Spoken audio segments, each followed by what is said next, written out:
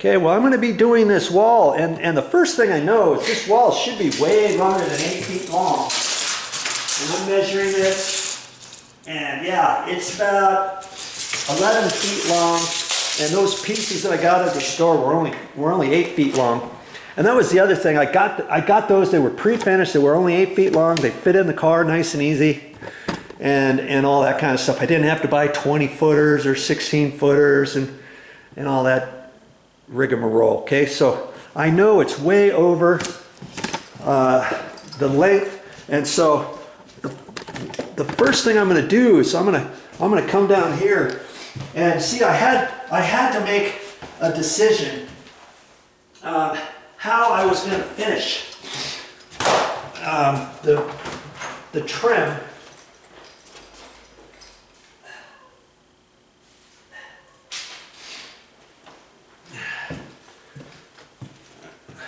Okay, I'm gonna cut a couple little pieces of trim. We're gonna talk about how we're gonna finish that right there. Now see, whenever you come up against the door and the door casing, you've got to decide, where am I gonna stop that?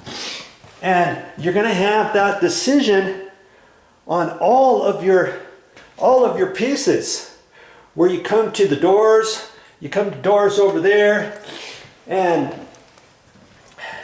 right in through here, you want to make them look all the same. And I made a decision what to do, but you know, you kind of got to decide. So, you know, here's the quarter round. You could stop it right next to the door casing if you wanted, like that, but I wouldn't really suggest that, because it doesn't look very finished, does it? Here's I cut it back at a 45. Now I've seen guys do it like that. They cut that back at a 45 and they just leave it like that. You see what I mean?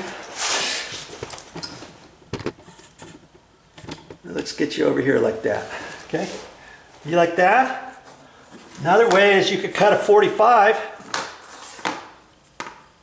And you cut it square first. You cut it square like that. And then you cut back just the front of it like that. And leave a little bit. Okay? You can do that. And let it go out like that. Well, I had to end up making a decision. I didn't really like that sharp corner like there, and so what I ended up doing, I did a happy medium. I took this and then I filed this down, this flat, where that sharp edge was, and then I kind of made this so it kind of rounded there on the front. And that's why you need your rasp, you know. And then I kind of filed that down so it still does the same thing. It just softens that angle a little bit. Okay, like that. Okay, but I decided to continue it over the front of the door casing. Now, I'm not sure why I decided to do that. I think I decided to do that because I looked over in a couple different areas. Oh, this is why. This trim right here is a transition. It's going out into the garage, see? And the guys who did the floor, they put this nice little trim down there. And they also did that at the front door going out. And I had to decide what to do. And that little piece, this little piece extended beyond this edge just barely.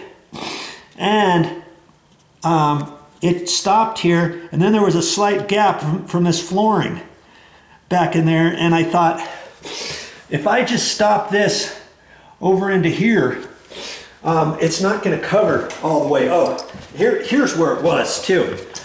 When they did this is just a little pantry area, okay? There's no threshold there or anything, but this flooring was short.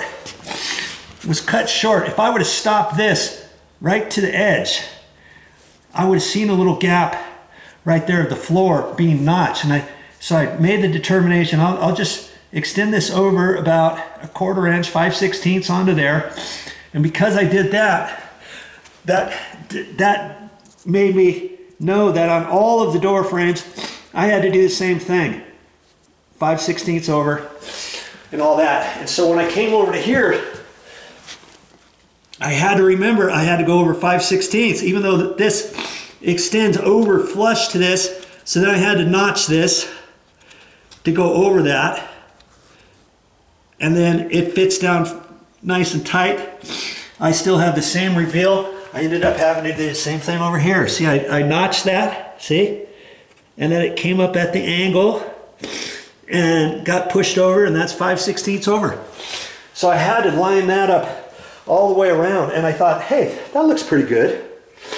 And so that's why I came up to the determination of what I did. But you can decide however you want to do it. Now see, on this one here, this door casing sticks out. You see the gap? You see the gap back there? Could I extend that 5/16 and leave that gap and just push that like that and caulk that? Yeah, I probably could. But I haven't been doing that. And so when I start this one, I'll make a little mark back there, and I'll actually notch the back side about 1/8, and then straight across and all the way across. And I can do that with that little back saw. It works out really good. And that's how I've been notching out all of them. But you've got to decide, how are you going to make your transition there? Okay, so that's what I decided, and that's how I'm doing all of my transitions. So yes, this stuff takes a while. It's tedious, it's time consuming. If you had somebody else to do this, you're going to be paying them a lot just to put this trim up. Okay, so I usually make these 5/16, and that's about a 1/2 inch over from there, and I just double check it each time. And I got 1/2 inch almost. That way it tells me where that goes each time, okay? So I'm gonna go outside, out in the garage, and I'm gonna cut this piece. I'm not gonna cut that notch yet, but I have to start with my trim out here. Okay? So I'm gonna get that set up and show you what I do with that. Okay.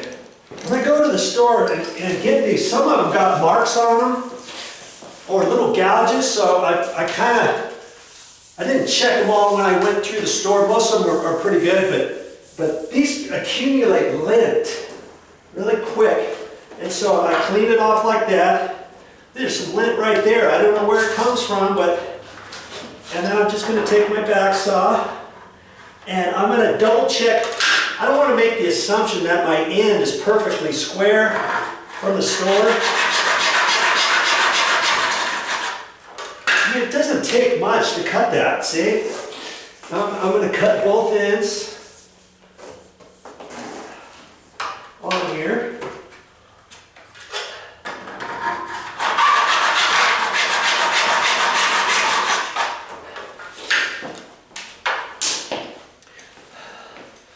And that's all I'm doing for right this minute. Now, you see, I ended up putting it on a couple little pieces of 2x3. I just cut that, screwed it together. So I raised this up off the floor a little bit. If you don't, then your saw is almost like right down to the ground. And I find it's a little bit easier to work with. And then I just screw this down with a couple drywall 1¼ inch screws. Okay. And there's my little plastic box. That's all it is. And I'll show you more about that in a minute, but let's take this piece inside and get it marked so I know where that notch goes. Okay, see, I haven't measured anything just yet, because I'm gonna hold that up there where it goes. I'm going to hold it right on my pencil mark, and I can see where I've got to notch it on that back side so that I can notch it so that this piece will push up tight. Okay? And so now I'm going to just eyeball straight back, and it's about like 1/8 of an inch. And I don't get my tape measure out or anything. I just hold my pencil and my finger against there and figure out about where I should do it, and then I can mark it. Okay, and I can hold my finger the same and mark that. Okay, and I just eyeballed that straight across, and now I'm going to cut that with my back saw. Back out in the garage I go.